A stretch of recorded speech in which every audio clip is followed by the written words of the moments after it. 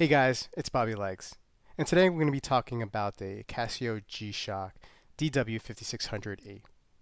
You know, when I think about Casio and Casio watches, it brings me back to my formidable years in the 1980s, when I didn't have a care in the world, except for the Soviet Union, of course. I think about MTV, and I think about Nerds Candy, and I think about Pac-Man. But I also think about Casio and Swatch. My first watch was a Casio, and I got it around that time in the mid-80s. And even though I never had a Swatch, I lusted for them and really, really was jealous of all the kids who had them. So maybe one day I'll make that, fantasy come true. But today we're talking about the Casio G-SCHOCK, and specifically the DW5600E, which got its start in the late 1980s. But before we continue with this review, please remember to like and subscribe and click that bell icon to get updates when I upload new videos. I enjoy making these videos, and I hope you like them too. So let's get that review started. So let me give you a little bit of a backstory on why I'm doing this review today.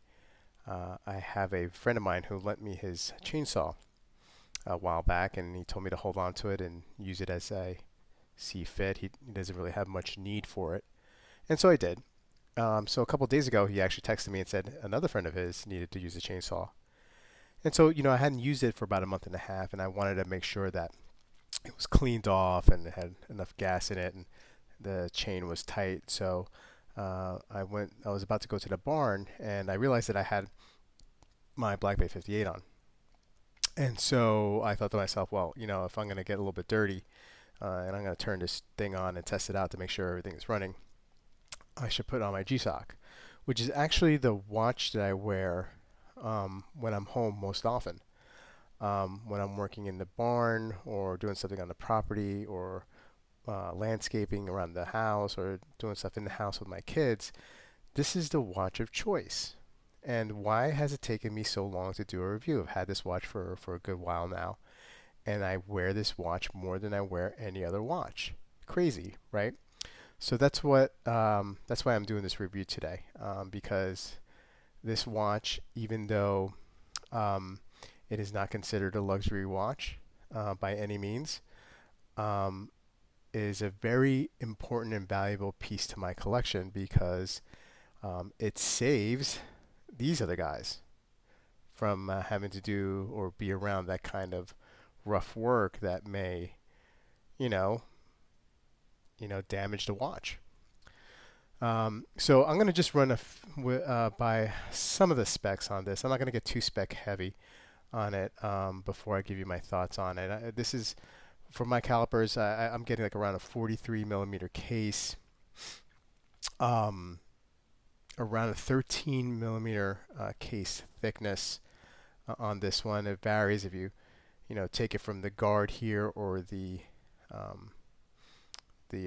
crystal or plastic, whatever it is, whatever you measure, it might be a little bit less. But this watch is very, very light. Integrated strap here. It's a resin strap. This watch is super, super comfortable and very, very rugged.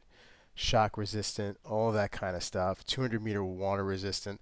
I remember last year I had my kid was signed up for swimming lessons, and he was 2 years old. So basically means that I'm doing all the swimming and holding him and trying to help him out. And this is the watch I wore. I didn't have the Black Bay 58 at the time. I had my Girard-Perregaux Seahawk 2, which is a diver, but I hadn't had that serviced since I got it about 15 years ago. So I wasn't really sure what the water resistance was really going to be on that watch. I didn't know if any of the gaskets had deteriorated, whatnot. So I didn't even want to take a chance with that watch, and that is a dive watch. That is a 1,000-meter rated dive watch, or around there somewhere. But I wore this one, because I wasn't worried if something would happen to this watch. I mean, it's a quartz cheap watch, but not cheap in a negative way.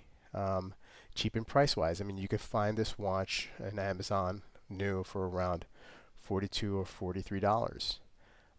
And there's other variations of this G-SCHOCK, the DW5600, negative display, etc. That are very, very cool options. But I chose this one just because I didn't want anything fancy. I just wanted something, a beater. And when I say beater, I don't mean this in a negative way. I mean this in the most affectionate way because, like I said, this watch takes a bullet for my other watches.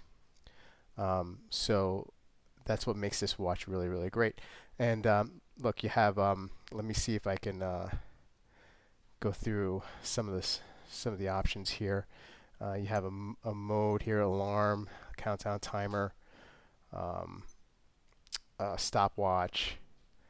You got this button over here goes through adjustments, whatever you want to. The one look, and you're seeing an example of it. I know they have the buttons here lower or closer to the case for a good reason. They probably don't want them sticking out and getting caught um, with clothing or whatever you're doing. But I do have a hard time sometimes pressing the buttons, and that's probably the only negative I would say I have with this watch is sometimes I have a hard time getting in here. Trying to press some of these buttons over here. It's got loom backlight display there. Um, great watch. Probably let's see if I can get that back in focus. Sorry about that. Um, Probably should be in everybody's collection, or some sort of Casio G-SCHOCK should be in everybody's collection, because you do need that watch that will take a hit. And you can drop this watch. You could toss it. You could do whatever you want, but this watch is very, very tough. So as you can tell in my voice, I can rave on and on about this watch. The battery supposedly lasts around 2 to 3 years. You can just unscrew it here and pop it off and put a new battery when need be. Yeah. So look, guys, I'd like to hear what you guys think. Do you guys have a G-SCHOCK in your collection? And if so, what is your favorite G-SCHOCK? These are, I don't want to say that they're underrated because so many people, so many collectors have them. But like I said, this is, and pardon being over dramatic, but this watch takes a bullet for my other watches. So I will always have a G-SCHOCK in my collection. Now, if this one, after a few years, craps out on me, I'll get the same exact one. That's how much I like this watch. Anyway, guys, thank you for stopping in and watching the review. Like I said, if you have any other comments on this watch or any other similar G-SCHOCKs, or what watch do you consider in your collection as the beater, and then let's, the most and meaning in the most positive way, please let me know what they are, and I'll talk to you guys soon. Thanks.